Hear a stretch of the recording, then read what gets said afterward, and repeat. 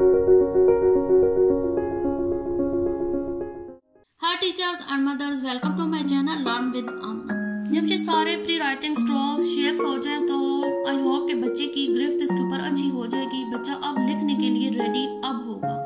तो उसके बाद बारी आती है कैपिटल लेटर्स की। बात स्कूल्स में प्ले ग्रुप के बच्चों को स्मॉल लेटर्स करवाया जाता है, लेकिन मैं रिकमेंड करती हूँ कि कैपिटल लेटर्स अगर सिखाया जाए तो ज़्यादा बेहतर होता है। तो पेरेंट्स जो है घर में इस तरीके से बनाएं, ए ऊपर लिखवाएं ऐसे, और इसमें आप डॉट डलवाएं या ट्रेस करवाएं। ज़्यादा छोटे जो बच्चे होते हैं वो ट्रेस इन पे जल्दी करते हैं। इसमें आप बताएं कि आपने ये स्लांटिंग लाइंस की हुई है, ये वही है, इनको ऐसे मिलाए और साथ स्लीपिंग लाइन मिलाई तो ये बन गया A. Slanting line and sleeping line, slanting and sleeping. उसे पता होगा कि मैंने वो चीजें की हुई थी, लेकिन उनको एक खास तरीके से जब मिलाया जाता है तो वो जो खास शेप बनती है तो उसको लेटर ए के तौर पर या बी के तौर पर हम कहते हैं। तो ये एक पूरा पेज आप इस तरीके से करवाएं। फिर इसके बाद नेक्स्ट आ जाता है बी, और इसके लिए आप कोशिश करें कि 4 लाइंस कॉपी लें, उसमें बच्चों को आसानी होगी। बी, इसमें आप बताएं standing line, 1 car, 2 car use हुई है। इस तरीके से आप इससे रिलेटेड मैंने एक वीडियो बनाई हुई है कि बच्चों को ABC किस तरीके से सिखाई जाए, तो उसमें पूरी A to Z मैंने लिखवाने का तरीका बताया, आप वो भी देख सकते हैं। जब A और B हो जाए तो अगले दिन आप इस तरीके से फाइंड A और फाइंड B, ताकि बच्चे को साथ साथ पहचान भी क्लियर होती जाए।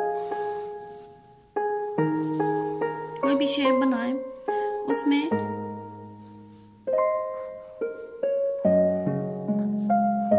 बच्चे ने ढूंढना होगा कि ए किधर है, और उसको उसने सर्कल करना होगा इस तरीके से।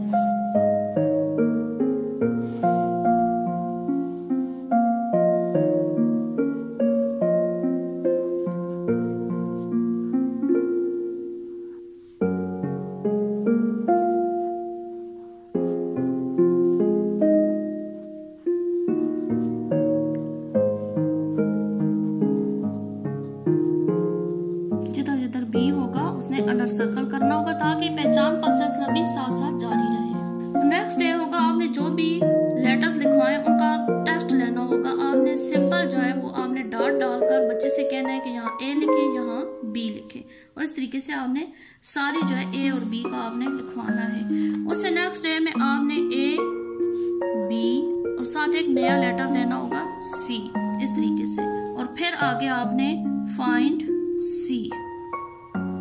जैसे कि मैंने पहले भी आपको बताया है, कोई भी आप शेप बना लें, उसके अंदर सी से रिलेटेड कोई भी शेप लिखें जो थोड़ी सी सी से मिल रही हो, ताकि बच्चा पजल हो जाए और वो सोचने पे मजबूर हो कि ये मैंने सी कैसे ढूंढना है।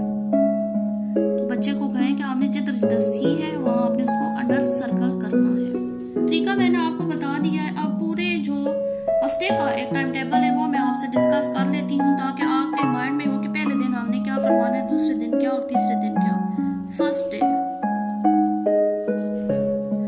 डे में आप इंग्लिश का न्यू लेटर करवाएंगे। हफ्ते में 1 दिन या 2 दिन, ये आप बच्चे की जो एबिलिटीज को देखकर आप फैसला कर सकते हैं। एक नया लेटर ऊपर लिखते हैं और नीचे ट्रेस कर दें, बच्चा पूरा वो पेज उस तरीके से लिखे। हफ्ते का जो अगला दिन होगा, आपने पिछले जो भी 2 या 3 लेटर है उनको मिलाकर नेक्स्ट लेटर की भी आपने प्रैक्टिस करवानी होगी। थर्ड डे में आपने डिक्टेशन लेनी होगी। जब 4 या 5 लेटर्स हो जाए फिर आप डिक्टेशन है आप बोले और बच्चा खुद लिखे। 4th डे, चौथे दिन आपने करवाना है what comes next. What comes next में आपको फिर बता देती हूँ। इस तरीके से आप ए बनाएं, आगे जगह छोड़ दें, सी बनाएं, आगे जगह छोड़ दें, ई बनाएं, आगे जगह छोड़ दें, और जी बनाएं तो आगे जगह छोड़ दें। ये जब बच्चा कम से कम 6 से 7 लेटर्स कर ले तो ये आप तब स्टार्ट कर सकते हैं। 5th डे, 5वें दिन आपने करवाना करवाना है फाइंड द लेटर। पिछले जितने भी लेटर्स करवाए हैं उनको जैसे मैंने बताया फाइंड द लेटर, इस तरीके से आप उनकी पहचान करवा सकते हैं। 6th डे, छठे दिन आप फिर एक नया लेटर करवा लें।